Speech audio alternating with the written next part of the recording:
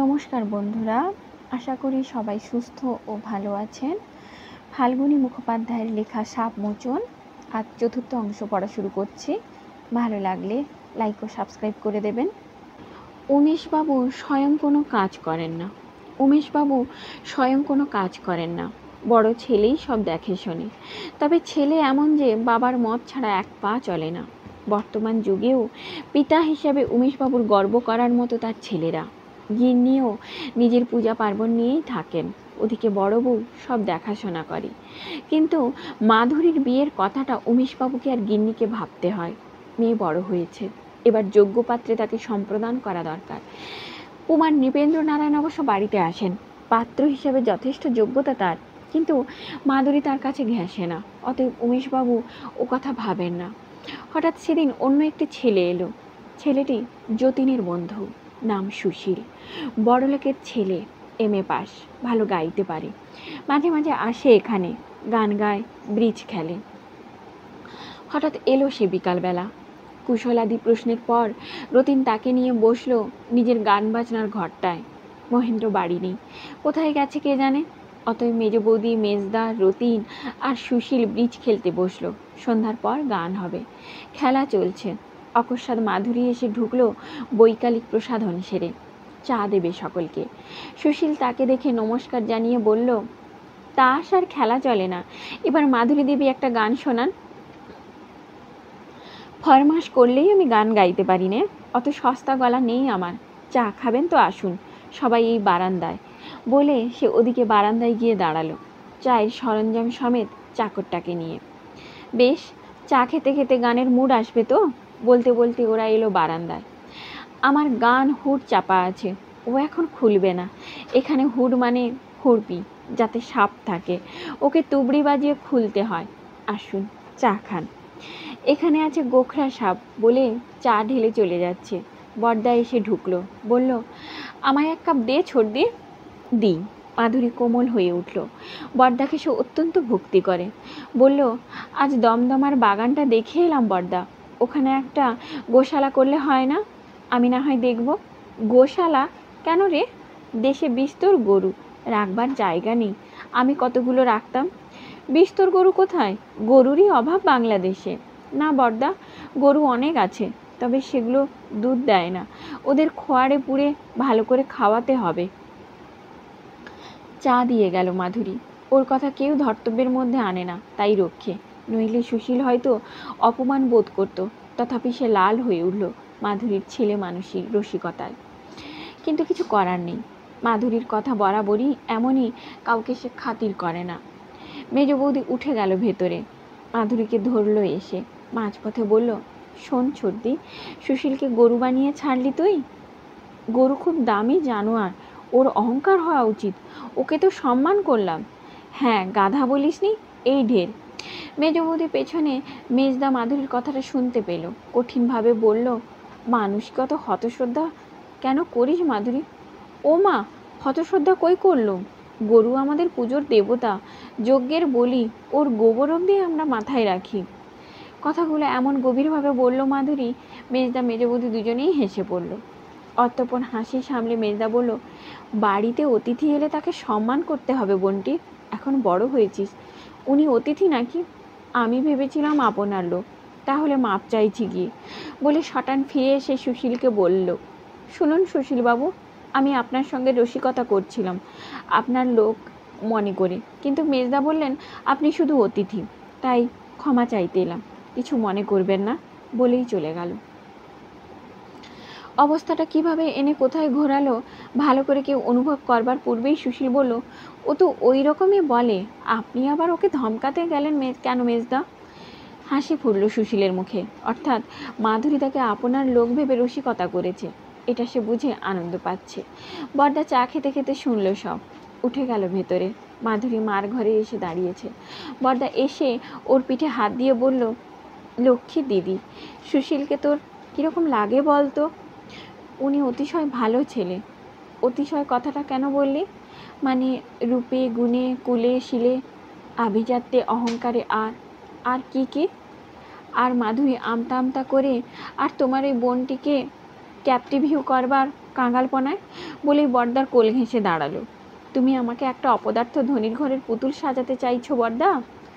বাপের টাকার সুট পরে ব্রিজ খেলতে এলেই মানুষ মহাপুরুষ হয় না, এমএ পাস করলেও চতুর্ভুজ হয় না। ওই তুলতুলে ননির শরীর দিয়ে কুটোটি কাটবার যার শক্তি নেই, তাকে বিয়ে করে খাঁচায় পুরে রাখবার মতো খাঁচা আমি পাই কোথা বর্দা? তুমি আমাকে ও কথা বলো না। না না, তোর যাকে ইচ্ছে বিয়ে করবি, না হয় না করবি। বর্দা ওর মাথায় সস্নেহে হাত বুলাতে লাগলো। বড় বৌদি বলল, বিয়ে তোকে এবার করতেই হবে মাধু, সুশীল হোক আর দুঃশাসন। আমায় তোমরা তাড়াতে চাও বৌদি? মাধুরী অভিমান ভরে বলল কথাগুলো। আর না বর্দা, বললে করবে না। ও বিয়ে কি তার বয়ে যাবে? একটা মাত্র বোন, ওর যা খুশি করবে, কারো কিছু বলবার নেই তোমাদের। বলে বর্দা ওকে আরও কাছে টেনে আদর করে বললে, যেমন ইচ্ছে থাক, যখন খুশি যাকে খুশি বিয়ে করবি। বলে বর্দা চলে গেল। কেমন হলো? মাধুরী বড় বৌদির পানে চেয়ে বিদ্রূপ করলো। আচ্ছা, দেখা যাবে বিয়ে না করে কদিন থাকতে পারিস। দাদাদের আদুরে বোন হয়ে চিরকাল চনে লাগে ছোটদি। মেয়েদের দরকার সবল আশ্রয়, সেটা তোমার মতো লতার জন্যে। আর তুই কি বনস্পতি, শালবৃক্ষ নাকি? শাল না হতে পারি, কোনো আশ্রয় দরকার হবে না। আমি শালও নই, শৈবালও নেই, আমি শ্মশানবাসিনী শ্যামা, বুঝলে? বেশ তো। বৌদি হেসে বলল, শিব ঠাকুরটি এলেই তো হয়।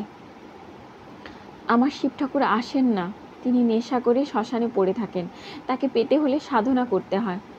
আচ্ছা, দেখা যাবে তুই কীরকম সাধনা করিস, দেখবে, দেখিয়ে দেব। হাসি আরও উজ্জ্বল হয়ে উঠল মাধুরীর মুখে, কিন্তু এখানে আর দাঁড়ানো চলে না, কেমন যেন লজ্জা করছে। চলে এলো রায়বাড়িতে। সন্ধ্যায় গানের আসর বসবার আয়োজন করছে ছোটদা। মাধুরী তফাৎ থেকে দেখেই সরে পড়ল। সুশীলবাবুর দিকে সে আর যেতে চায় না। লনে মেজ বৌদি খেলা আরম্ভ করেছে, অতএব ওখানে যেতে ইচ্ছে নেই। বর্দার অফিসে এলো। টাইপে বসা মেম সাহেব ওকে দেখে গুড আফটারনুন জানিয়ে বাংলাতে বলল, আজকাল ছোটদির দেখা পাওয়া যায় না, খুব ব্যস্ত আছেন বুঝি? না, ব্যস্ত কিসের? মাধুরী বলল। জবাবে, আজকাল তুমি মহিনদের সঙ্গে গল্প করো কি না, তাই আমি আসি না। তোমাদের গল্পে ব্যাঘাত ঘটাতে চাই না। মহিনদা? না, উনি গল্প তো করেন না, নিদারুণ কাজের লোক বলে একটু হাসলেন। মেম সাহেব বয়সের তুলনায় বড়। No romance in him. তুমি মেম সাহেব একটি দ্বিতীয় শ্রেণীর গাধা, প্রথম হলেও কথা ছিল। কেন? মেম সাহেবের চোখে হাসি ফুটে উঠল। মহিনদাকে তুমি কি বুঝবে? আমাকেই 7 ঘাটের পানি খেতে হয়। ওর রোমান্স শাড়ি, ব্লাউজ, স্যান্ডেলের কাছে ঘেঁষে যায় না, হাই হিল, লুজ লিপস্টিকেও না। ওর প্রেম অন্তরের গভীরে ঝংকার তোলে, যে আধার পাথর তলে রাজকন্যার রূপোর কাঠির ছোঁয়ায় ঘুমিয়ে আছে। বুঝতে পারলাম না ছোটদি, বলে মেম সাহেব হাসলো। থাকগে, ও তোমার না বুঝলেও চলবে। আচ্ছা, চললুম। মাধুরী চলে এলো ওখান থেকে। মহিন এখনও ফেরেনি। গেল কোথা? গল্পটা দিতে গেছে হয়তো, কিংবা নতুন কোনো প্লট খুঁজতে ফুটপাতে দাঁড়িয়ে। কোথায় কোন বাবা কাকা তার শিশুর জন্য লাটিম খুঁজে ফিরছে। তার গল্প কিন্তু এত করুণ, এত অপরূপ। এই অতি তুচ্ছ ব্যাপার নিয়ে এত ভালো সাহিত্য সৃষ্টি হয়, আশ্চর্য। মাধুরী আপন মনে গুঞ্জন করল, তুমি কেমন করে গান করো হে গুণী, আমি অবাক হয়ে শুনি, কেবল শুনি। আসেন। মহেন্দ্র মুখখানা হাসিতে উজ্জ্বল। জুতোটা খুলতে খুলতে মাধুরী বলল, ব্যাপার কি অত খুশি খুশি? আন্দাজ করো, নতুন গল্প বেরিয়েছে? না। নতুন প্লট? না। তাহলে কোথাও কিছু টাকা পেয়ে খোকনের জন্য কিছু কিনেছো? তা নয়, চাকর বনে এলাম। মানে চাকুরি পেয়েছো? কোথায়? কি চাকুরি? চাকুরি পেলাম একটা সওদাগরি অফিসে, ওদের সাপ্লাইয়ের কাজ, মাইনে 60 টাকা। মাত্র 60? ওতে কি হবে? হয়ে যাবে, মাগ্গি ভাতা ইত্যাদি শখানিক চালিয়ে দেব কোনো রকমে। 1 কাপ চা দাও মাধু, দাদাকে একখানা চিঠি লিখে দিই সুসংবাদ দিয়ে। এইটা নাকি সুসংবাদ? এ তো আত্মহত্যার সামিল। মাধুরীর কণ্ঠে রুদ্ধ ক্রন্দন যেন। না, এটা আত্মাকে আবিষ্কার করার সাধনা। আপনাকে খুঁজে পাওয়ার যোগাসন যেখানে, আমি সত্যিকার, সেখানেই আমায় যেতে দাও মাধুরী। যাবে। মাধুরীর কণ্ঠ মলিন। ওই সাধনা পিঠে সমাধি যেন না হয়। হবে না তো কি হবে? না। তীক্ষ্ণ তীব্র প্রতিবাদে মাধুরী ও তোমার যাওয়া নয়, বদ্রিকা যাবার পথে, ওটা চটি মাত্র, এ আমি জানি জানি। চলে গেল মাধুরী। মহেন্দ্র পোস্ট কার্ড কলম নিয়ে বসেই রইল অনেকক্ষণ। চাকর দিয়ে চা খাবার পাঠিয়ে দিয়েছে মাধুরী, নিজে সে এলো না। ও ঘরে ছোটদার গানের আসর চলছে, হয়তো মাধুরী সেখানে আছে। মহেন্দ্র চিঠি লিখে ডাকে দেবার ব্যবস্থা করে চাকুরি পাওয়ার খবরটা উমেশবাবুকে দিল গিয়ে। বৃদ্ধ খুব খুশি হলেন না, কিন্তু মহিন বলল, আপাতত এইটা ধরা যাক, মেয়েশো সে একটা ঠিক করে এসেছে, শ্রী গোপাল মল্লিক লেনে চিলেকোঠার একটি ঘর, সকালেই সেখানে চলে যাবে। বড়দা এবং বড় বৌদিও কথাটা শুনল। বড়দা হয়তো কিছু বলতো, কিন্তু বড় বৌদি চোখ ইশারা করে তাকে থামিয়ে দিল। নিজের ঘরে এসে মহিন লিখতে বসলো একটা গল্প। মাধুরীর সঙ্গে ওর আর দেখা হয়নি, কে জানে কোথায় আছে। কিন্তু গল্পটা আর ভালো হচ্ছে না, ভাব ভাষা সব কেমন আড়ষ্ট বোধ হচ্ছে। চাকরি পাওয়ার আনন্দটা নাকি হবে সাহিত্য দুঃখের আনন্দময় প্রকাশ, বেদনার অনুভূতি মূর্ত না হলে সাক্ষাৎ মেলে না। মহেন্দ্র কাগজ কলম গুটিয়ে পড়তে বসলো রবীন্দ্রনাথ। বড় বৌদি এসে ঢুকলো, বলল, এখানকার ভাত বিস্বাদ লাগছে ঠাকুরপো, এত তাড়াতাড়ি নাই এসে গেলে। অফিসটা এখান থেকে করলে কি ক্ষতি ছিল? এখানে থেকে অভ্যেসটা আর খারাপ করতে চাই না বৌদি, যেতেই যখন হবে যেতেই হবে এমন কথা ভাবছো ঠাকুরপো? মানুষকে ঘোয়া ভরে আকাশে তোলা যায় বৌদি, কিন্তু তার ঠাঁই আকাশে। মানুষের বুদ্ধি থাকলে সে আকাশে উঠতো না। মানুষ আকাশে উঠে আমাদের কিছু আনন্দ তো দেয় ঠাকুরপো। হ্যাঁ দেয়, কিন্তু তার নিজের সর্বনাশ করে, অঙ্গ জ্বলে যায় আগুনে। বৌদি, যার যেখানে ঠাঁই তাকে সেখানেই যেতে দিন। আমি জানি ঠাকুরপো কেন তুমি যেতে চাও, তোমার মতন বুদ্ধিমান ছেলে আমি জীবনে দেখিনি, কিন্তু আগুন যখন লাগে তখন পালিয়ে যেতে নেই, জল ঢেলে তাকে নেভাতে হয়। হ্যাঁ বৌদি, কিন্তু আগুন না হয়ে ভূমিকম্প হলে পালিয়ে যাওয়াই বিধি। কথায় আমি পারবো না ঠাকুরপো, আমারও তো বিদ্যে বুদ্ধি নেই, কিন্তু তোমার এ বাড়ি ছেড়ে না গেলেই ভালো হতো। কেন বৌদি? মহেন্দ্র সাগ্রহে প্রশ্ন করল। বৌদি চলে গেল। মহেন্দ্র উপরে গিয়ে খেয়ে এলো। মাধুরী ছিল না ওখানে, ওর কলেজ খুলেছে, পড়াশোনা করছে হয়তো। খেয়ে এসে মহেন্দ্র শুলো। সকালে উঠে চা খেয়ে যাবার আয়োজন করতে গিয়ে দেখলো মাধুরী কোত্থেকে এক সেট বিছানা, বালিশ, একটা সুটকেস, একটির মাখন জোগাড় করে মহেন্দ্রের জিনিসপত্র গোছাচ্ছে। সে যেতেই বলল, তোমার মেসের নম্বরটা কত? আমার মাঝে মাঝে তো যেতে হবে সেখানে। যাবে বই কি বলে মহেন্দ্র নাম্বারটা বলে দিল। শনি রবিবার এখানে আসবে তো? হ্যাঁ, তা তো আসবই। সব গোছগাছ করে মাধুরী ক্লান্ত মুখ মুছে বলল, মাখন একটু করে খাবে দুবেলা। কিসে যাবে, ট্যাক্সিতে? না, রিক্সাতে। আচ্ছা, ওরে কেষ্ট, একটা রিক্সা ডাক। মহেন্দ্র ইতিমধ্যে উমেশবাবু এবং গিন্নিকে প্রণাম করে এলো। এসে দেখলো রিক্সায় তার বিছানাপত্র তুলে মাধুরী হাসি মুখে দাঁড়িয়ে রয়েছে। বলল, ওদের অফিসে ফোন আছে? হ্যাঁ বলে মহিন রিক্সাতে উঠল। আচ্ছা, এসো তাহলে। মাধুরী একটা প্রণাম পর্যন্ত করলো না মহেন্দ্রকে। উঠতে দেরি হয়েছে খোকনের রাত, কাল অনেক রাত পর্যন্ত গান শিখেছিল। আজকাল বাড়িতেই গানের আসর হয়, শেখবার কোনো অসুবিধা নেই, কিন্তু বাবা নিজে শেখাচ্ছেন না, যদু কাকা শেখায়। এতে খোকনের মন ভরে না। যন্ত্রগুলো প্রায় সব সরানো হয়েছে, বাকি আছে শুধু খোল আর অতি পুরাতন একখানা সেতার। ঘোরটোপের মধ্যে বন্দি হয়ে একধারে পড়ে আছে সেটা। খোলটা নিতান্ত অপ্রয়োজনীয় বলে সারায়নি আজও। সেতার খান দেননি দেবেন্দ্র সারাতে। ওই সেতারটি ওর বাবা ক্ষেত্রনাথ বাজাতেন, দেবেন্দ্র বাজিয়েছেন এবং মহেন্দ্র ওতেই শিখেছে। ওতে পরের দানের স্পর্শ দেবেন্দ্র ঘটাবেন না বলে লুকিয়ে রেখেছেন। কিন্তু গ্রামের লোকেরা একটা হারমোনিয়াম এনেছে, বেহালা আর দুটো ফুটো বাঁশি।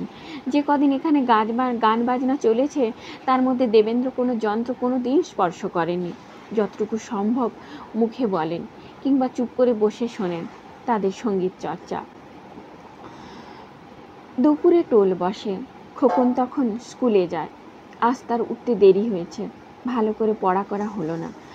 ভাত খেয়ে স্কুলে চলে গেল। গিয়ে শুনল কি একটা কারণে আজ ছুটি থাকবে। ওর জামা জুতো সোয়েটার গত মাসে এসেছে, সেই সব পরে স্কুলে যায়। বড়লোকের ছেলের মতোই দেখায় ওকে আজকাল, কিন্তু বাবা ওই জামা জুতোগুলো পছন্দ করছে না। বাড়ি ফিরে খোকন এগুলো খুলতে খুলতে মাকে বলল, আজ পড়াটা আগে করে নিবি, তারপর গান শিখবি। হয়নি মা, ভাগ্যিস ছুটি হয়ে গেল, না হলে বকুনি খেতাম। গানটা তো পড়ার মধ্যে মা, বাবা বলে গানের থেকে বড় বিদ্যে নেই। জ্যাঠামি রাখ, পড়া না শিখে যে গান শিখতে যায় সে গাঁজা খায়, তার পলাতে গাধাতে গান গায়, লোকে তার পিঠে দুমাদুম কাপড় কাচ্ছে, দে ওগুলো। খোকনের ছাতা জামা জুতো গুছিয়ে রাখতে রাখতে অপর্ণা আবার বলল, ভালো না হলে কাকু বকবে এসে। হ্যাঁ মা, পড়া তো ভালোই হচ্ছে, যার লাগছে একটা গেঞ্জি টেঞ্জি দাও। দি। অপর্ণা একটা ছেঁড়া গেঞ্জি পরিয়ে দিচ্ছে খোকনকে। খোকন বলল, এটা ছেঁড়া মা, ওইটাই দাও না, বাবা তো আর দেখতে পাবেন না। ছি খোকন, বাবা মার সঙ্গে লুকোচুরি করবি? মুখে সে বলল, কিন্তু অন্তর জুড়ে একটা বেদনার বাম ফুটেছে। বলল, আর এমন কথা বলিস না কখনো। না মা, আর কখনো বলবো না। মা তুমি রাখো না, ওগুলো রেখে দাও, ও জামা আমি পরবই না, আর কাকু জামা আনলে পরবো মা। হ্যাঁ, কাকুর রোজগারের টাকাতে জামা কিনে দেব, কেমন? হ্যাঁ মা, হ্যাঁ, এ টাকা বুঝি কাকু চেয়ে পাঠায়? অপর্ণার আহত দারিদ্র্য আবার আহত হলো। অসাধারণ সহ্য শক্তি তার, কিন্তু দুধের বালক কিছুটা বোঝে না। বারবার সে তাই আঘাত করছে মায়ের অন্তরকে। অপর্ণা একটু কঠোর স্বরে বলল, এ বংশের মানুষ না খেয়ে মরে, তবু কারো কিছু চায় না, এই সত্যিটা শিখে রাখ। এমন কথা বলিস নে আর। না মা, আর বলবো না। খোকন খালি গায়েই চলে গেল বাইরে। ছেঁড়া গেঞ্জিটা হাতে অপর্ণা নিঃশব্দে বসে রইল খানিকক্ষণ, চোখে জল। ঠিক সেই সময় দেবেন্দ্রর বহুদিন না শোনা আনন্দময় কণ্ঠের আহান এলো। অপর্ণা ছুটে এসে, মহিন টাকা পাঠিয়েছে, তার নিজের রোজগারের টাকা। অপর্ণা ছেঁড়া গেঞ্জিটা হাতে বাইরে ঘরে এসে দেখলো সাগর পিয়ন 14টা টাকা দিচ্ছে দেবেন্দ্রর হাতে। কুপনটা সাগর পড়েছে। তুমি আর একবার পড়ো তো অপর্ণা। অপর্ণা কুপনটা হাতে নিয়ে পড়ল। শ্রী চরণেশ্বর দাদা, আপনার চরণমূলে এই আমার প্রথম অর্ঘ্য। এই টাকা কয়টি আপনার মহিনের রোজগারের, অনন্ত প্রণাম গ্রহণ করবেন। মহিনের টাকাগুলো পরম আদরে বুকে চেপে অন্ধ দেবেন্দ্র অশ্রুপ্লাবিত চোখে ডাকলেন, এই নাও অপর্ণা, 2 হাত পেতে নাও, বুকে করে নিয়ে লক্ষ্মীর হাঁড়িতে তোলো। অপর্ণা 2 চোখের জল, হাত পেতে টাকা নিয়ে নিঃশব্দে উঠে গেল। সাগর পিয়ন প্রতি মাসে 50টা করে টাকা এই বাড়ি দিয়ে যাচ্ছে, কিন্তু কোনো দিন এতটুকু আনন্দের স্ফুরণ দেখেনি। আজ বিস্মিত হয়ে অন্ধ দেবেন্দ্রর অশ্রু সজল মুখখানা দেখতে দেখতে প্রণাম জানিয়ে বেরিয়ে গেল। দেবেন্দ্র ডাকলেন, খোকন। যাই বাবা। খোকন খালি গায়ে এসে দাঁড়ালো। তোর দয়াল দাদাকে ডাক, বল বাবার সেতারটা সারিয়ে আনতে হবে, আর তোর একখানা মোটা জামা, যা ডেকে আনতো বাবা। খোকন নিঃশব্দে বেরিয়ে গেল। দেবেন্দ্রর চোখে জল, মুখে হাসি। ঘরটায় পায়চারি করতে লাগলেন। আপন মনে গাইছেন, নিবিড় আধারে মা তোর চমকে অরূপ রাশি, তাই যোগ্য ধ্যান ধরনে হয় গিরি গুহাবাসী। অনন্ত আধার কোলে মহানির্বাণ হিল্লোল, চির শান্তি পরিমল অবিরত যায় ভাসি। দয়াল নিঃশব্দে দরজায় পাশে দাঁড়িয়ে শুনেছে গানটা। সুরের অসাধারণত্ব ঘরের আকাশকে যেন স্নিগ্ধ করে তুলেছে। 2 হাত জোর করে দয়াল নমস্কার জানালো এই আত্মভোলা সুরসাধককে। মেসে ঠাঁই পাওয়া খুবই শক্ত আজকাল, কিন্তু মহিনের সৌভাগ্য, ওদের অফিসের বড়বাবু একটা মেসের মালিক। তিনি মহিনকে জায়গা দিলেন চিলেকোঠার পাশের ঘরটায়। ঘর নয়, একটা গুদাম, তবে খোলা, আলো হাওয়া প্রচুর। মস্ত ছাদটা পড়ে রয়েছে, লেখবার সুবিধা হবে মহিনের। মেস বলতে যে নোংরা অন্ধকার আবাস বোঝায়, এখানে উঠে এলে তা মনে হয় না। কিন্তু ঘরখানা অত্যন্ত ছোট মাত্র, একটা জানলা, ছাদটা টালির। ওতেই মাধুরীর দেওয়া তোষক চাদর বালিশ বিছিয়ে ফেলল মহেন্দ্র। বইগুলো একপাশে রাখলো খবরের কাগজ পেতে। অতঃপর তালা চাবি দিয়ে অফিস গেল। বড় অফিস, বহু লোক কাজ করে। ভারতের নানা স্থানে এদের শাখা অফিস আছে। কাজের ক্ষমতা দেখাতে পারলে মহেন্দ্র যথেষ্ট উন্নতি করতে পারবে। এখানে কাজটি শুধু টাইপ করা, তার জন্য ওদের আরও লেডি টাইপিস্ট আছে। মহেন্দ্রকে টাইপ তো করতেই হবে, চিঠিপত্রের ব্যাপারে বড়বাবুকে সাহায্যও করতে হবে। 5টা পর্যন্ত আজ করলো মহেন্দ্র। শরীরটা কেমন যেন ক্লান্ত বোধ হচ্ছে। হয়তো এক নাগাড়ে এতখানি খাটা অভ্যেস নেই, অভ্যেস হয়ে যাবে। ভাবতে ভাবতে বাসায় ফিরল। ঘরের ছাদের ওই ঘরটায় আলো ছিল না। ইস্ত্রি ডেকে লাইন করিয়ে নিতে হবে, কিন্তু আজ আর হয়ে উঠল না। মহেন্দ্র 1 কাপ চা মাত্র খেয়ে শুয়ে পড়ল বিছানায়। শীতে রাত 9:30টার পূর্বে মেশে খাওয়া হবে না। ততক্ষণ মহেন্দ্র শুয়ে আকাশ পাতাল ভাবতে লাগলো অন্ধকার ঘরে। আলো থাকলে লিখত কিংবা পড়ত। ভাবছে খোকনকে এই ঘরে এনে রাখবে তার কাছে, কাছের কোনো স্কুলে ভর্তি করে দেবে। সকাল সন্ধ্যা নিজে পড়াবে আর গান শেখাবে। কিন্তু গান শেখাবে কি? যন্ত্র নেই। কিন্তু কেন? মহেন্দ্র কিনে নেবে একটা যা হোক কিছু যন্ত্র, অথবা বাড়ি থেকে একটা এনে সারিয়ে দেবে। অপরের দেয়া যন্ত্রে কেন সে গান শেখাতে যাবে খোকনকে? খিদে পেয়েছে। এতক্ষণ রান্না হলো হয়তো। মহেন্দ্র উঠে এলো। আকাশ ভর্তি জ্যোৎস্না সুন্দর হয়ে উঠেছে। একটা বাঁশি পেলে বাজাতো মহেন্দ্র, কিন্তু থাক। সিঁড়ি দিয়ে নিচে এসে দেখলো বাবুরা খেতে বসেছে। ঘরে আর জায়গা নেই। নিরুপায় মহেন্দ্র পাশের ঘরে একজনের খাটে বসে রইল, দ্বিতীয় ব্যাচ বসবার অপেক্ষায়। অতঃপর খেলো। মেসের কয়েকজনের সঙ্গে আলাপ করলো এবং বড়বাবুকে জানালো যে আলোটা আজও হয়নি। তারপর উপরে এসে শুলো। ক্লান্তিতে সর্বাঙ্গ ভেঙে পড়ছে। এই গুদামটায় আগে যে সমস্ত জীব বাস করত, তারা এতক্ষণ কোথায় ছিল? এসে উপদ্রব আরম্ভ করেছে। এরা সংখ্যায় বহু। ইঁদুর এবং আরশোলা তো আছেই, একটা বিছাও দেখলো মহেন্দ্র মোমবাতির আলোতে। সর্বনাশ! এ ঘরে কি করে শোয়া যায়? কিন্তু ওর অভ্যেস আছে। ওদের প্রাচীন বাড়িতে বিছা, ইঁদুর, আরশোলা প্রচুর। মহেন্দ্র মশারিটা ভালো করে গুঁজে শুয়ে পড়ল, ঘুমিয়ে গেল। সকালে বড়বাবু ওর ঘরে আলো ঠিক করে সারিয়ে দিলেন এবং ঘরখানা ধুয়ে দিলেন। লেডি হিসাবে এটা কর্তব্য। তবে কোনো শিল্পী নাকি এই ঘরে থাকতেন। তিনি ক্লে মডিং অর্থাৎ মাটির মূর্তি গড়তেন। ঘরের এক কুলঙ্গিতে তার হাতের তৈরি একটি হরগৌরীর মূর্তি রয়েছে। চমৎকার মূর্তিটি শিবের বিশাল বক্ষে আশ্রিতা উমা যেন বিরাট আকাশের কোলে বনানী বীর স্নিগ্ধ হরিদ্রাভা। মহেন্দ্র মূর্তিটি সযত্নে রেখে দিল। মেসের বাবুর সঙ্গে আলাপ এবং কয়েকজন সমবয়সীর সঙ্গে বন্ধুত্ব হলো মহেন্দ্রর। অতঃপর ভালোই চলেছে এবং চলতো। কিন্তু তৃতীয় দিনে অফিসের টেলিফোনে ডাক পড়ল, মাধুরী কথা বলছে। অন্য কোনো কথা না বলে হুকুম করলো, আজ সন্ধ্যায় এখানে আসতে হবে। আমার ছুটি হতেই 6টা বেজে যায় মাধুরী। কখন যাব? আচ্ছা, আমি 6টার পর মেসে গাড়ি পাঠাবো, রাত্রি এখানেই খাবে। ফোন ছেড়ে দিল মাধুরী, যেন সম্রাজ্ঞীর আদেশ। কিন্তু মহেন্দ্র কেন জানি না যেতে চায় না। যথেষ্ট সাহায্য এই 2.5 মাস ওদের কাছ থেকে নিয়েছে সে, আর নয়। কিন্তু কোনো সাহায্য সে নিচ্ছে না, এই শুধু নিমন্ত্রণ। হয়তো বিশেষ কোনো ব্যাপার আছে, আজ ওখানে তাই যেতে হবে।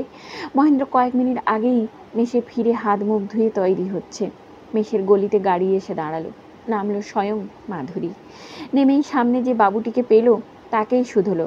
মহিন্দা কোন ঘরে থাকেন? মহেন্দ্র মুখোপাধ্যায়। যে বাবুটি নতুন এসেছেন? হ্যাঁ, নিশ্চয়ই তাকে চেনেন আপনি? যেন না চিনলে ওর অপরাধ হবে। হ্যাঁ, চিনি বই কি। আপনি দাঁড়ান, আমি ডেকে দিচ্ছি। তিনি থাকেন ছাদে। ছাদে? মাধুরী চোখ কপালে তুলল। ছাদে কি করে মানুষ থাকে মশাই? ছাদে মানে ছাদের ঘর? ঘর তো নয়, পায়রার খোপ। ও আচ্ছা, অনেক ধন্যবাদ। ডাকতে হবে না, যাচ্ছি বলে মাধুরী তরতর বেগে সিঁড়ি দিয়ে উঠে গেল। মিসের 4-5 জন বাবু দেখলো ওই গতিশীল উল্কাকে। বাইরে তাকিয়ে দেখলো বিরাট গাড়িখানা দাঁড়িয়ে। মলিন ধুতিখানা পরে গায়ে গেঁজি চড়াচ্ছে মাধুরী। উঠে এসে বলল, বাহ, পায়রার খোপ নয় তো, চড়াইয়ের বাসা। মহেন্দ্র মহা ব্যস্ত হয়ে শুধলো, মেসে কেন এলে তুমি মাধুরী? কেন? মেসে তুমি থাকতে পারো আর আমি আসতে পারি না কেন? বলে মাধুরী ঘরখানা ভালো করে দেখতে লাগলো দীর্ঘক্ষণ ধরে। মহেন্দ্র জামা গায়ে দিয়ে বলল, চলো, কোথায় যেতে হবে? হ্যাঁ চলো। ওই মূর্তিটি কার? কোন এক শিল্পী এখানে থাকতেন, তারই ছিল, এখন আমার। তুমি ইচ্ছে করলে নিতে পারো। না, এই অন্ধকার বাড়িটায় ওই ছোট্ট প্রদীপটুকু জ্বলে থাক, জানলে ওর জন্যে ফুলের মালা আনতাম। মহেন্দ্র মৃদু হাসলো কথাটা শুনে। ঘরের দরজা বন্ধ করে তালা দিয়ে বেরোলো দুজনে। কিন্তু মাধুরী বাড়িখানা ভালো করে দেখলো। স্নানাগার, শৌচাগার সবই সে ঘুরে দেখলো।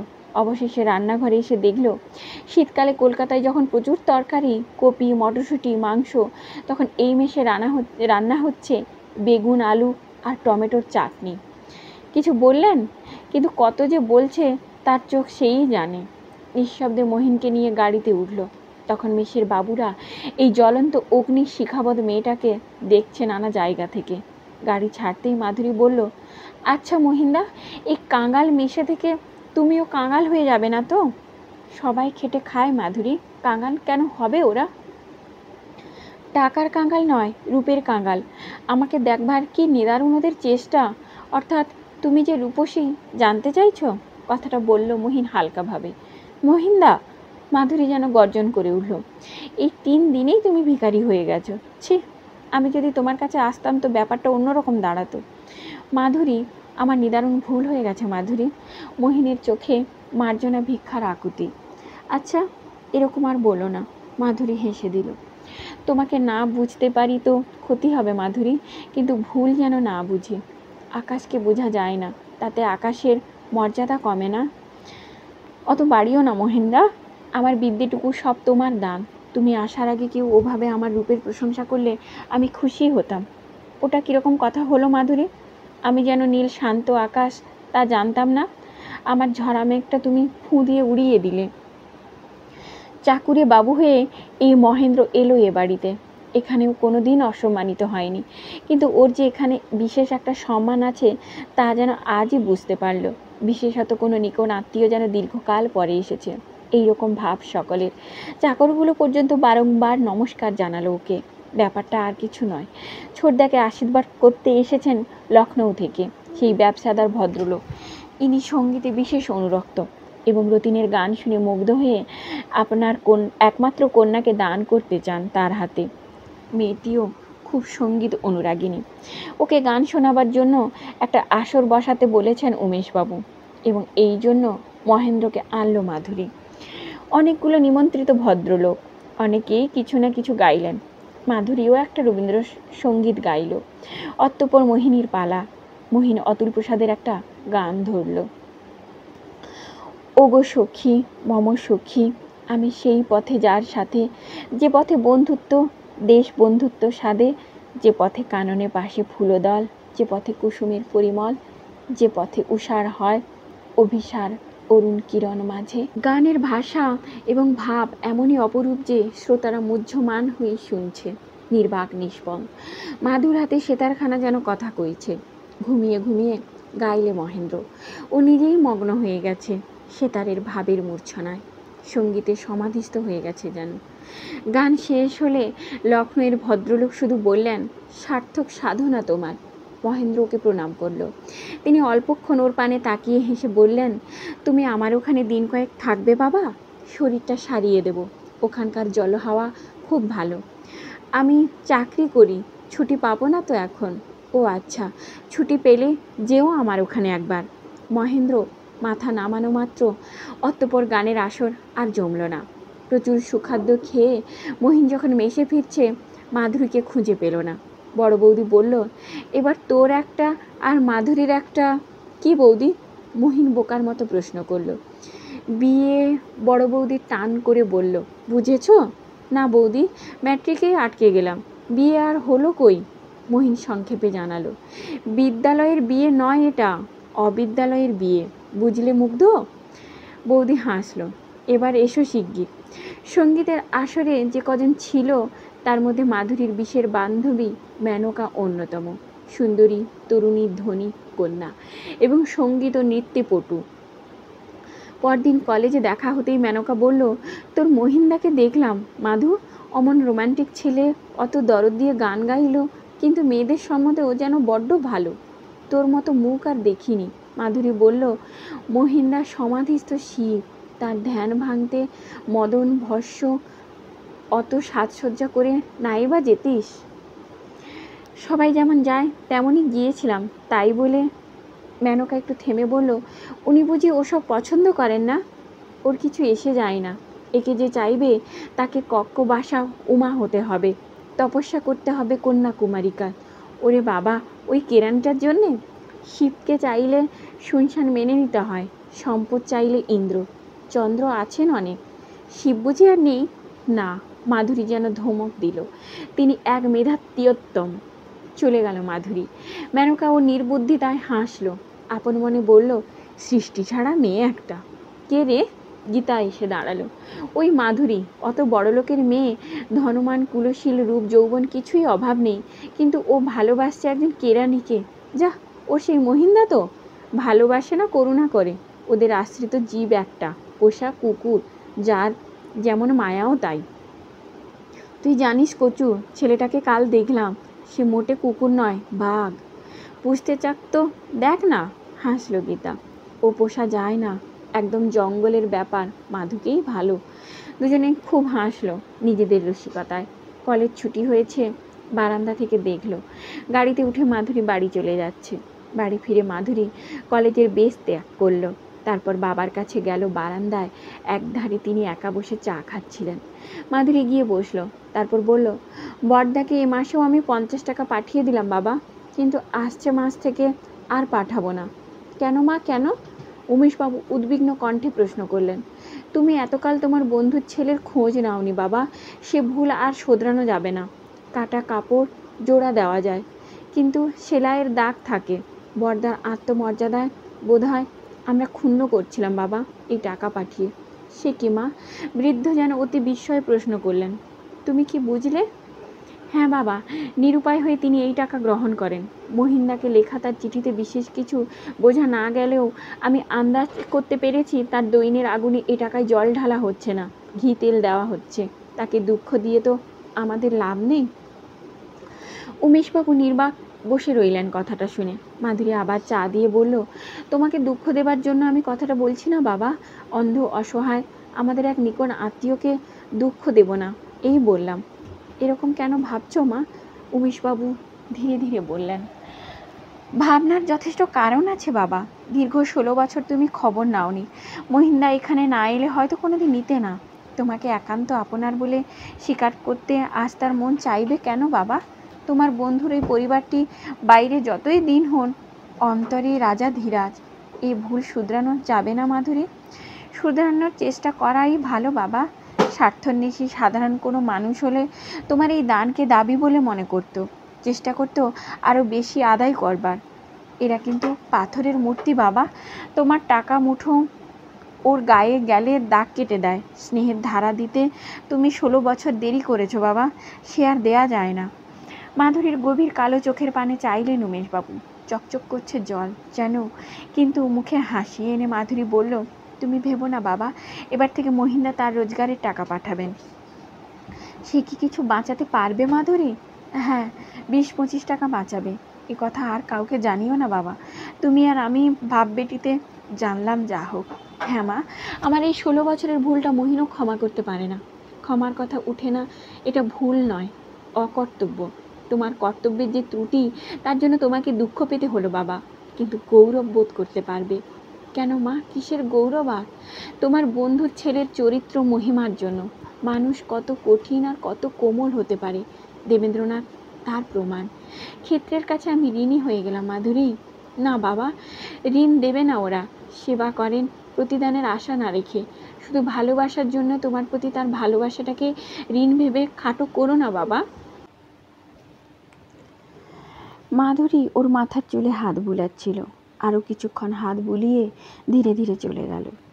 পিতা পুত্রের এই কথোপকথন কেউ শুনল না, কেউ জানল না। এমন অনেক গভীর গোপন কথা উমেশবাবুর সঙ্গে হয় মাধুরীর। অতঃপর মাধুরী এসে ঢুকলো মোহিনীর পরিত্যক্ত ঘরটায়। ঘরখানা তালাবদ্ধ ছিল। খুলে ভিতরে এসে মাধুরী দেখল সেই পুঁথি দুখানা মহেন্দ্র নিয়ে যেতে ভুলেছে।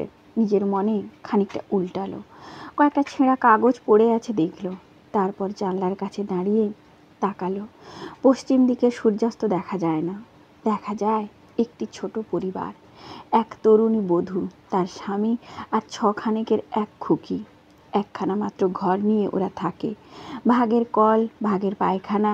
বধূটি উনুনে রুটি সেঁকছে।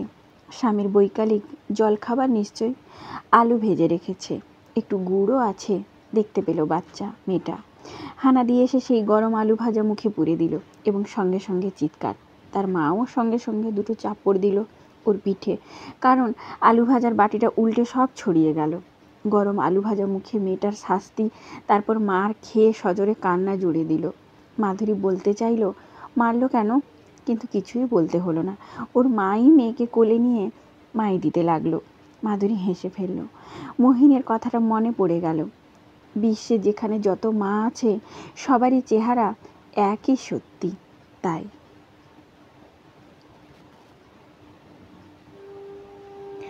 ইতিমধ্যে ওর স্বামী এলো। এসেই মেয়েটাকে নিল ওর কোলে আর বধূর গালে আস্ত একটা টোকা দিল। হাসি মুখে বধূটি তাড়াতাড়ি রুটি কখানা সেঁকে ওকে জল খেতে দেবার ব্যবস্থা করছে। নিতান্ত অভাবের সংসার, তবু কত সুখের নীড় ওরা রচনা করেছে ভাবছে মাধুরী। বিরাট প্রাসাদে গগনচুম্বী বিলাস দ্রব্য ওখানে নাই রইল। ওখানে আছে অন্তরের রন্ধ্রে রন্ধ্রে মাধুরীর মুরলীর মূর্তিমতি শান্তি সুধা। মাধুরীর মুখে অপরূপ একটা তৃপ্তির হাসি ফুটে উঠল। শুক্রবারের দিন মাধুরী ফোন করে মহেন্দ্রকে তার অফিসে জানালো যে আগামী শনিবার সে শঙ্করের নৃত্য দেখতে যাবে। মহেন্দ্র যেন ছুটির পরই মেসে ফেরে। অব্যাহতি নাই মহেন্দ্র জানে, তার সম্মতি দিল। মাধুরী শনিবার দিন দুটোর আগেই কতগুলো জিনিস নিয়ে এসে উঠল মহেন্দ্রের মেসে। মহেন্দ্র তখনও ফেরেনি, অনেক বাবুই ফেরেনি। মাধুরী সোজা উঠে এলো উপরে। মেসের চাকরটা এলো ওর সঙ্গে। মহেন্দ্রের ঘর তালা বন্ধ। মাধুরী চাকরটাকে বলল, তালা ভেঙে দাও। সে কি, বাবু বকবেন? চাকরটা বিপন্ন বোধ করছে খুবই। না, আমি বলছি তুমি ভাঙো। আগে না বাবু। মাধুরী ওকে আর কিছু বলল না। ড্রাইভার অনুপ সিং জিনিসগুলো নিয়ে ও পেছনে এসেছে। মাধুরী ইঙ্গিত করলো তালা ভাঙতে। অনুপ সিং পকেট থেকে একটা লম্বা গ্লাস কেক করে তালাটা মোচড় দিল। কম দামি তালা 8 মিনিটের মধ্যে ভেঙে গেল। ঘরে ঢুকলো মাধুরী, অনুপ সিং। জিনিসগুলো ঘরে নামাতেই মাধুরী তাকে একখানা 5 টাকার নোট দিয়ে বলল, ভালো একটা তালা আনো, দুটো চাবি যেন থাকে। অনুপ সিং চলে গেলে মাধুরী চাকরটাকে বলল, ঝাঁটা আনো। ঘরে একটা চৌকি আনা হয়েছে কোথা থেকে, কিন্তু বই রাখবার শেলফ ছিল না। মাধুরী একটা শেলফ এনেছে। একখানা টিপই, দুটো ভাজা চেয়ার আর একখানা ক্যাম্বিসের ইজি চেয়ার। ওর লোক 2-3 বারে সেগুলো বয়ে আনলো নিচে থেকে। চাকরটা ঘর ঝাড় দিতে লাগলো। মাধুরীর ঘরের প্রত্যেকটি কোনো পরিষ্কার করিয়ে নিচ্ছে। চাকরটা পারছে না, কেড়ে নিল মাধুরী ঝাঁটা তার হাত থেকে। বলল, ছাড়ো অকর্মা। নিজেই একোন ওকোন পরিষ্কার করলো। তারপর বিছানাটা ঝেড়ে পেতে দিল। ঝালর দেওয়া নতুন বালিশ দিয়ে পার দিকে রাখলো। পুরো ইটালিয়ান ব্যাগ লেপ আছে একখানা। চেয়ারগুলো ভাঁজ খুলে বসালো। একধারে ইজি চেয়ার, পাশে টিপয়টার উপর কভার থেকে একটা ফুলদানিতে একগুচ্ছ ফুল সাজিয়ে দিল। এরপর মাথার দিকের দেওয়ালে টাঙিয়ে দিল একটা বড় রবীন্দ্রনাথের ছবি। ওর তলায় ছোট একটি ধূপদানি, কয়েকটা ধূপকাঠি গুঁজে ধরিয়ে দিল। সে ঘর এখন আর চেনা যায় না। মাধুরী দেখছে নিজের সাজানো ঘরখানা নিজেই। মহেন্দ্র অফিস থেকে ফিরে উপরে এলো। দেখলো মাধুরীকে তদ অবস্থায় দরজার কাছে দাঁড়িয়ে। প্রশ্ন করল, এসব কি হচ্ছে মাধুরী? সেবা, হেসে জবাব দেয় মাধুরী। একে সেবা বলে না মাধুরী? মহেন্দ্র করুণ কণ্ঠে বলল। কি বলে তাহলে? প্রশ্নটা হাস্যর দ্বারা রঞ্জিত। পূজা, শান্ত জবাব মহেন্দ্রের কণ্ঠ থেকে। বেশ, পূজায় যাও, হাত মুখ ধোও, বেরোতে হবে। আমাদের পুরনো এমন অনেক পূজার গল্প আছে মাধুরী, যার তন্ত্র প্রভাব ইষ্টদেবতা সইতে অক্ষম হয়েছেন। তুমি খুব ছোট লোক হয়ে যাচ্ছ মহিন্দা, মাধুরী ক্রুদ্ধ কণ্ঠে বলল। আমার এই পূজা তো নয়ই, সেবাও নয়, আমার পিতৃবন্ধুর পুত্রের প্রতি কর্তব্য। যাও, কাপড় ছাড়ো। কর্তব্য? Stern daughter of the voice of God Madhuri, সে শুষ্ক এত সরস তো হয় না। আমি নারী, কর্তব্যকে সরস করিতে পারি। যাও। ওর চোখের কারুণ্য দেখতে পেল না মাধুরী। মহেন্দ্র নিঃশব্দে কোনার কোলে গিয়ে মুখ হাত পা ধুলো। তারপর ঘরে ঢুকে ধুতি পাঞ্জাবি বদলে ফেলল। মাধুরী ততক্ষণে বইগুলো শেলফে গুছিয়ে রাখছে। পোশাক পরে মহেন্দ্র তৈরি হয়ে বলল, এবার কি করতে হবে? তুমি বাইরে দাঁড়াও, আমি আসছি। মহেন্দ্র বাইরে ছাদে এসে দাঁড়ালো। এখানে মেসের বাবুদের কয়েকজন ইতিমধ্যে উঁকি দিচ্ছে মাধুরীকে দেখার জন্য। মেসের বাবুরা এই সুযোগ কম পায়। কে ওই মেয়েটি? কোত্থেকে আসে? মহেন্দ্রের সঙ্গে ওর সম্পর্ক কি? এ নিয়ে ওকে দেখবার জন্য যথাসাধ্য চেষ্টা ওরা করেছে, কিন্তু অতিশয় সাবধান। সরাসরি মহেন্দ্রকে প্রশ্ন করে জেনে নেওয়া যায়, কিন্তু মহেন্দ্র এখনও নতুন। তবু আজ একজন জিজ্ঞাসা করলো, উনি কে আপনার? বিশেষ কেউ নিশ্চয়, হাসলো ছোকরা। হ্যাঁ বলে মহেন্দ্র আর কিছু বলল না। মুখে সামান্য হাসি। রোমান্সের সুযোগ মেলে কম, ভাগ্যবান মহেন্দ্রের সে সুযোগ পেয়েছে। অতএব তাকে ঘিরে অল্প বয়সী থেকে অধিক বয়সী মেম্বারগণ পর্যন্ত বেশ একটি রোমান্টিক গল্প খাড়া করে নিলেন মনে মনে। কিন্তু মাধুরী তার পূর্বে ঘরে তালা দিয়ে মহেন্দ্রকে নিয়ে বেরিয়ে গেছে। গাড়িতে চড়ে শটান এলো চৌরঙ্গিতে। সেখানে একটা রেস্তোরাঁয় ঢুকে বসলো মহেন্দ্রকে নিয়ে। ভালো ভালো কয়েকটা খাবার আনতে আদেশ করলো। মহেন্দ্র আস্তে আস্তে বলল, অত কি হবে? খেতে হবে, হেসে বলল মাধুরী। কদিন যা খাচ্ছ তা বোঝা যাচ্ছে চেহারাখানা দেখেই। নাও নাও, মানুষকে বাঁচতে হবে মহিন্দা। হ্যাঁ, কিন্তু লক্ষ লোক রেস্তোরাঁয় না খেয়েও বাঁচে মাধুরী, ভালোভাবেই বেঁচে থাকে। তর্ক করো না মহিন্দা, সতর্ক করে দিই তোমায়। আমার ইচ্ছে সপ্তাহে একটা দিন অন্তত দুজনে এক জায়গায় বসে খাবো, মানে আমাকে খাওয়াবে, এই তো? হ্যাঁ তাই, মাধুরী রেগে শুধালো। তোমাকে খাওয়াবার আমার অধিকার আছে না নেই? আছে, নিশ্চয়ই আছে, বলে মহেন্দ্র কথাটাকে জোরালো করলো এবং নিঃশব্দে খেতে লাগলো। ওর মুখের হাসিটা লক্ষ্য করছে মাধুরী। গম্ভীর হয়ে বলল, হাসছ যে? মানুষ যখন নিজেকে অপরের চোখে দেখে মাধুরী, তখন তার হাসিটা হার মানার হাসি। ধন্যবাদ, হার মানলে তাহলে, বলে মাধুরীও হাসলো। এরপর খাওয়া শেষ করে ওরা গেল নিউ এম্পায়ারের শঙ্করের নৃত্য দেখতে। সামনের আসনে বসলো দুজনে। নৃত্য আরম্ভ হলো। অপূর্ব বাজনা, অনস্বাদিত এক সৌন্দর্য রসের পরিবেশন। কিন্তু কোথায় যেন একটা অতৃপ্তি লেগে রয়েছে মহেন্দ্রের অন্তরে। মাধুরী শুধালো, তোমার ভালো লাগলো না মহিন্দা? সে কি, এ কি ভালো না লাগবার বিষয়? তবে মুখখানা অত গম্ভীর কেন? কারণটা ঠিক বুঝাতে পারবো না মাধুরী, কোথায় যেন একটু অতৃপ্তি হয়ে গেল, যেন পেলাম না। দেবতা এসেছিলেন, আলো জেলে দেখা হয়নি। কেন মহিন্দা, এরকম কেন মনে হচ্ছে? বোঝানো যাবে না মাধুরী। ইন্দ্রিয়গ্রাহ্য বিষয় যখন অতীন্দ্রিয়তে আঘাত করে, তখন সে তাকে অনুভূতির কোঠায়, ভাষায় তাকে রূপ দেওয়া যায় না। মাধুরী কথাটা বিশেষ বুঝল না। নিঃশব্দে মেসের দরজায় মহিনকে নামিয়ে দিয়ে ফিরল। রাত তখন 10টারও বেশি। মেসের লোকগুলি কেরানা হলেও ভদ্র সন্তান এবং প্রায় সকলেই শিক্ষিত। এই কয়দিনেই মহেন্দ্রকে ওরা ভালোবেসে ফেলেছে। তার প্রধান কারণ মাধুরী। মেষ জীবনে নারী স্নেহের স্পর্শ কদাচিৎ ঘটে, কিন্তু যদি কোনো ভাগ্যবান মেম্বারের ভাগ্যে তা ঘটে, তাহলে অপর সকলেরও যে কিছু ভালো হয়। অতল সৈকতে বাড়িবিন্দুর মতো ঈর্ষার সুযোগ এখানে নেই। অসূয়া এখানে আসে না। অহেতুক অনুরাগ এই মেষেও তাই ঘটল। সমবয়সী সকলেই মহেন্দ্রকে নিয়ে বেশ আনন্দের পরিমণ্ডল গড়ে তুলল। সেদিন মাধুরী এসে ওর ঘরখানাকে সাজিয়েছে চমৎকার করে। আজ আবার শনিবার, সে নিশ্চয়ই আসবে। আশা করে মেম্বারগণ যে যতটা সম্ভব শীঘ্র ফিরলে ওই অপরূপাকে একবার দেখতে পাবো। ঠিক 2:30টার সময় এলো মাধুরী। হাতে ঘেরাটোপ জড়ানো সেতার, শান্তিনিকেতন ঝোলানো আরও কতগুলো কি বস্তু। শটান উপরে উঠে গেল, একটা চাবি ওর কাছে আছে। ঘর খুলল গিয়ে, জিনিসগুলো সাজিয়ে রাখবে এবার। মিশের ছোকরা মেম্বার কজন তখন কেউ তেলে ভাজা মুড়ি চিবোচ্ছে, কেউ বা 2 পয়সার বিস্কুট আর চা খাচ্ছে। একজন খাচ্ছিল কমলা লেবু। সে মাধুরীকে দেখাতে চায় যে সেই এখানে কমলা লেবু খায়। অতএব সে খোসাটাকে ছুঁড়ে ফেলল মহেন্দ্রর ঘরের সম্মুখে। মাধুরী এসে বলল, মেষ মানে ভেড়ার গোয়াল নয়, ভদ্রলোকের থাকবার আস্তানা। আগে মাফ করবেন, ওগুলো আমাদের বদ অভ্যাস। তাড়াতাড়ি কুড়িয়ে নিল খোসাটা। শুধরে নেবে, বলে মাধুরী আবার ঘরে ঢুকে নিজের কাজে মন দিল। মহেন্দ্র এসে পড়ল। ও জানে মাধুরী আসবে, কাজে কিছুমাত্র ব্যস্ত না হয়ে নিঃশব্দে জামা কাপড় খুলছে। নাও, শীঘ্রই কাপড় ছাড়া বেরোতে হবে। কোথায়? এতক্ষণ যে কাজ কি যা বললাম করো। মাধুরী ফুলগুলো সাজিয়ে রাখলো। একটা প্লেটে কিছু লেবু আর পেঁপে কেটে মহেন্দ্রের সামনে রেখে দিল। মহেন্দ্র কোট গায়ে দিতে দিতে বলল, ওটা কি সেতার? হ্যাঁ। তোমার নিজের সেতারটাই আনলে মাধুরী? নিজেরটাই তো দান করে আনন্দ মহিন্দা, কিন্তু ওটা তোমার হাতের জিনিস। বেশ তো, তোমার হাতে বাজবে। মাধুরী মুখ ফিরালো অন্যদিকে।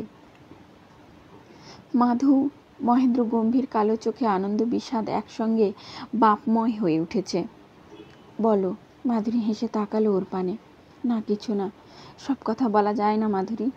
থাক, না বলা কথাটা আমার বেশি ভালো লাগে। মহেন্দ্র তাড়াতাড়ি ফলের টুকরোগুলো গিলতে আরম্ভ করছে। সন্দেশটা গেলা যাচ্ছে। মাধুরী হেসে বলল, অত তাড়া কেন? আস্তে খাও, চাকরি তো আর ছুটে যাবে না। না, কোথায় যেতে হবে বললে? হ্যাঁ, তার দেরি আছে। মাধুরী হাতের ঘড়িটা দেখল।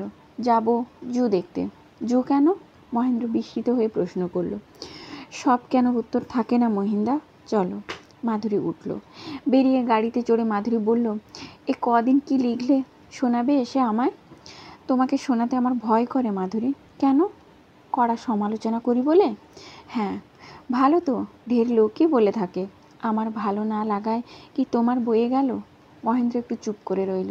মাধুরীর ভালো না লাগায় কি কার ক্ষতি কি করে বলবে? পরে বলবো। কে কোথায় ভালো বলে না বলে আমি তো শুনতে যাইনি। যারা পরিচিত তারা যদি পড়ে ভালো বলে তবেই না লেখা সার্থক। ভালো না লাগলেও ভালো বলতে হবে নাকি? আচ্ছা, এখন থেকে ওই রকম খোশামদের কথাই না হয় বলা যাবে, কিন্তু সে মিছে কথা, এ তোমায় জানিয়ে রাখছি বলে মাধুরী ওর মুখপানে একটু চেয়ে বলল, আবার শোনো, তোমার লেখা প্রশংসা বহু লোক করে, নিন্দেও করে। অনেক কিছু তোমার কাছে আমার পরিচিত। সবাই বলবে বেশ লিখেছেন। আমাকে কি তুমি সেই দলে ফেলতে চাও? তা যদি চাও তো তোমার কোনো লেখা আর আমার শুনিও না। আমি না শুনেই বলবো চমৎকার, ব্যাখ্যা, সাহিত্য দ্বিতীয় নাস্তি।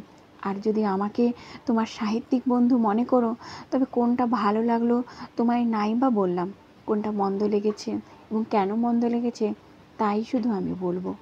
তোমার ত্রুটি যদি কিছু থাকে তো সেটা ধরিয়ে দেওয়াতেই আমার সার্থকতা। তাই বলে মাধুরী, তবে তোমার ভাষাটা বড় তীক্ষ্ণ। মহিন হাসল। তীক্ষ্ণ না হলে তোমার খেজুরের কবি বৃদ্ধির রস ঝরে না। কবি আর খেজুর গাছ একই পদার্থ। শীতকালে যখন সমস্ত প্রকৃতি জড়ো হয়ে থাকে সেই সময় খেজুর বুকে ক্ষত করে তার রস ঝরাতে হয়। মহিন নিঃশব্দে শুনে গেল কথাগুলো। গাড়িটা সবেগে চলেছে গড়ের মাঠের উপর দিয়ে। সোজা রাস্তা পিচ ঢালা। মাধুরী হেসে ফেলল। আমাদের এটা প্রমোদ ভ্রমণ একসঙ্গে মহিন্দা। কেন? প্রয়োজনটা কিসের? আলোর হাওয়ার আনন্দের, যার অভাবে কেরানি জীবন ধ্বংস হয়ে যাচ্ছে। ঠিক কথা। মাধুরীর দিনে আলো জ্বেলে অফিসে কাজ করতে হয়। 18 ফিট লম্বা 6খানা টেবিল, রাশিকৃত কাগজ আর স্তূপাকৃত আবর্জনা। বাড়ি ফিরেও ওদের না আছে আলো, না আছে হাওয়া। বাংলার মধ্যবিত্ত এই কেরানিগুলো ধ্বংস হতে চলেছে মাধুরী। অশান্তি আর অস্বাস্থ্য ওদের চিরসাথী। কথাগুলোতে ব্যথা বেদনা যেন মূর্ত হয়ে উঠল। মাধুরী ওটাকে এড়াবার জন্য বলল, থাক মহিন্দা, মানুষের দুঃখের মহাসমুদ্রে তুমি আমি নিতান্ত তুচ্ছ। ওর কোনো প্রতিকারই করা সম্ভব নয় আমাদের পক্ষে। প্রতিরোধ করার চিন্তাটাও করা ভালো মাধুরী। তোমার আমার মধ্যে তাতে কিছু মনুষ্যত্ব জাগবে। মাধুরী আর কিছু বলল না। নিজেকে বিশ্লেষণ করতে গিয়ে মহেন্দ্র আতঙ্কিত হয়ে উঠল। কোথায় সে? এ কোন অমৃত সাগরে? কিন্তু ওখানে তার ঠাঁই নাই। কে যেন ঠেলে ওর মতো একটা নগণ্য মানুষকে ঊর্ধ্ব আকাশে তুলে দিয়েছে। তাই বলে নিজেকে নক্ষত্র মনে করা ওর দারুণ ভুল হবে। গভীর রাত্রে মাধুরীর আনা সেতারখানা বাজাতে বাজাতে ভাবছিল মহেন্দ্র, এই সেতারে যার পেলব আঙুলের পরশ লেগে আছে, তার স্নেহ, তার সহানুভূতি ওর জীবনে অক্ষয় হয়ে রইল। কিন্তু তারপর মহেন্দ্র মধ্যরাত্রে বেহাগ রাগিনী ধরল। আমায় কোথায় আনিলি, আনিয়ে তরঙ্গ মাঝে তরি ডুবালে। গানটা শেষ হবার পর মহেন্দ্র বুঝতে পারল দীর্ঘক্ষণ ধরে ওর চোখে জল গড়াচ্ছে। তাড়াতাড়ি চোখ মুছে সেতারখানা রাখলো, তারপর শুয়ে পড়ল। সকালে উঠতে দেরি হয়েছে। আজ রবিবার, তার আর কিছুই নাই। কিন্তু দেখতে পেল চাকর ওর জন্য চায়ের জল গরম করে এনেছে। এরকম কোনোদিন হয় না। বলল, কি ব্যাপার, না চাইতে চায়ের জল? আগে কাল দিদিমণি বলে গেছেন আর বকশিস দিয়েছেন, বলেছেন আবার দেবে। মহেন্দ্র বুঝলো ব্যাপারটা। চা তৈরি করে খাবে। রাম বলল যে আবার জল গরম করে আলভাটিন না হয় কোকো করে দিতে বলেছেন। কখন দেব? 9টার পর, বলল মহেন্দ্র। চাকরটা চলে গেল। মাধুরীর এই মাতৃরূপ, এই স্নেহশীল অন্তরটায় আবগাহন করতে চাইল মহেন্দ্র। দরিদ্র দিনাতি দিন এক পল্লী যুবকের প্রতি অহেতুক করুণায় বিগলিত হৃদয়, একটি তরুণীর স্নেহ সজল মাতৃত্বের অভিব্যক্তি, ভগ্নিত্বের প্রকাশ, এর বেশি হয় না। না, এর বেশি আর কিছু নয়। শীতের রোদ পোহাতে মেম্বারদের অনেকে ছাদে উঠেছে। বসলো সব রোদে। আজ ওদের বেগুন পোড়া মুড়ি খাওয়া হবে। আনন্দে চোখে জল আসছে। এত দুঃখের জীবনকে এমন সুখের করতে পারে এই মেষের লোক না দেখলে বোঝা যায় না। অতি সামান্য কিছুকে ওরা অসামান্য করে গ্রহণ করে, না হলে ওরা বাঁচতে পারত না। তাই মাধুরীর আবির্ভাব ওদের সরল সতেজ করে তুলেছে, এবং যাকে অবলম্বন করে মাধুরী আসে সেই মহেন্দ্র এক বিশেষ ব্যক্তি ওদের কাছে। আজ আসবে নাকি? অনিলবাবু প্রশ্ন করলো। কে? মহেন্দ্র কথাটা বুঝেও যেন বুঝেনি, এইভাবে প্রশ্ন করলো। ওই যে আসে সেই মেয়েটি।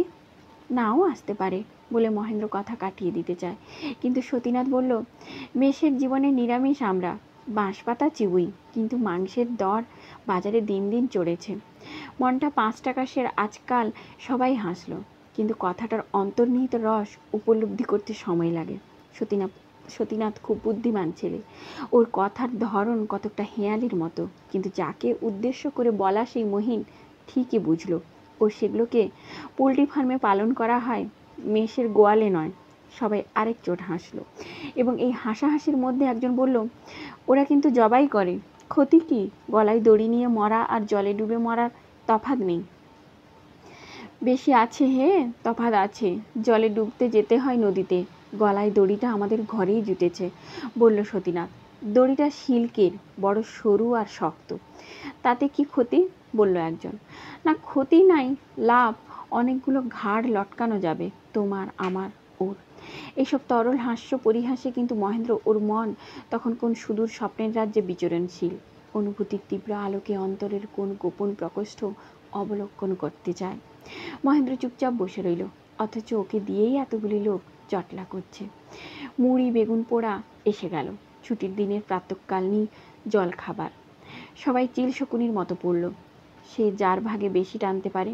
কিন্তু আশ্চর্য, মহেন্দ্র বসে থাকলেও দেখা গেল সকলেই তার ভাগটা ঠিক করে ওর কাছে এনে দিল। এই যে মহিনবাবু, আসুন। এই সহানুভূতি সোনার কাঠি রয়েছে মাধুরীর চরণধ্বনিতে, এই ধূলি মলিন মেষবাড়ির হাওয়ার আর আলোতে ভরা দিব্যদ্যুতি। মহেন্দ্র হাসল, একটু আপন মনে মুড়ির বাটিটা হাতে করে নিল। আজ এই পর্যন্তই। পরের ভিডিওতে সাপমোচনের 5ম অংশ নিয়ে আসছি। ভালো লাগলে লাইক ও সাবস্ক্রাইব করে দেবেন, আর ভালো থাকবেন, সুস্থ থাকবেন।